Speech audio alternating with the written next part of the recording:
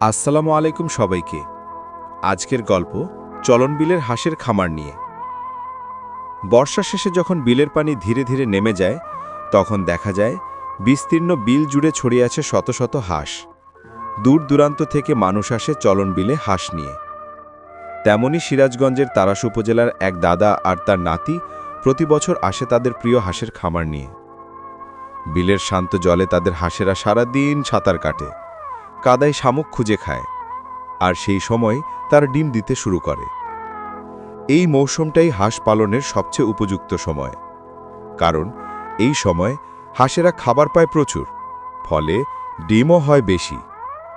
দাদা আর নাতি বছরের বেশ কয়েক মাস বিলের মাঝখানে কাটায়। তারা হাঁস রাখার জন্য খোঁজে এক নিরাপদ জায়গা, যেখানে রাতে কোনো ভয় নেই আর পানিও থাকে ঠিকঠাক।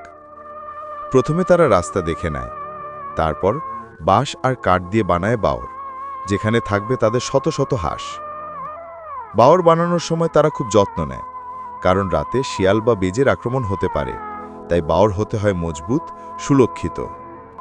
হাঁসের জন্য এক বাওর আর নিজেদের থাকার জন্য আরেকটা। সেখানেই রান্নাবান্না, ঘুম, বিশ্রাম সবকিছু চলে ছোট্ট সেই ছাউনিতে। প্রতিটি খামারে থাকে অন্তত 2 জন। একজন হাঁস পাহারা দেয়, আরেকজন বাজারে নিয়ে যায় ডিম। তারা সকালে হাঁসগুলোকে পানিতে ছেড়ে দেয়, তারপর রান্না করে দুপুরের খাবার। বিলের মাঝখানে বাজার নেই, তাই রান্নাটা একটু বেশি করেই করে, যাতে সারা দিন চলে যায়। তাদের জিজ্ঞেস করলে তারা বলে, আসসালামু আলাইকুম। ওয়ালাইকুম সালাম। না কেমন আছেন আপনি? ইনশাআল্লাহ ভালো।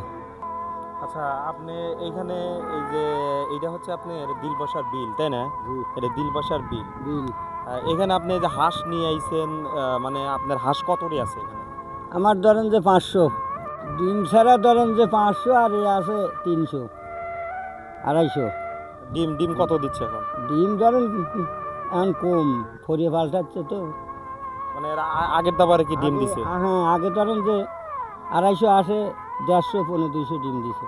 আচ্ছা, না একটা কথা হচ্ছে কি, এখানে যে হাঁস নিয়ে যে থাকেন, এখানে সমস্যা হয় না যে শিয়াল টিয়াল এগুলো নিয়ে? শিয়াল তো সমস্যা হয়, শিয়াল রাতি মেলাবার ওটা লাগে, মানে আসে হ্যাঁ হক্কা অক্কা দেয়, হ্যাঁ আর শিক্ষের বেড়ে ওঠে।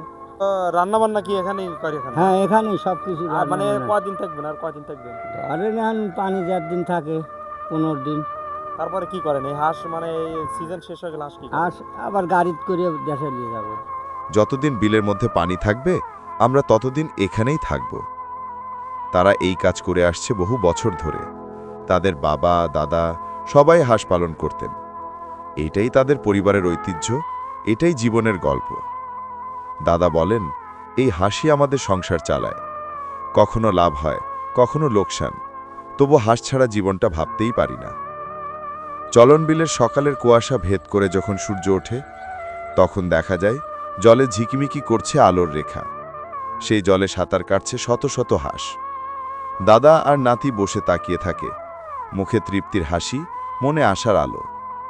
তাদের কাছে এই খামার শুধু একটি পেশা নয়, এটা ভালোবাসা, এটা ঐতিহ্য, এটা জীবন, যেখানে পরিশ্রম আর আশার মিশেলে গড়ে উঠছে চলন বিলের হাঁসের খামারের গল্প।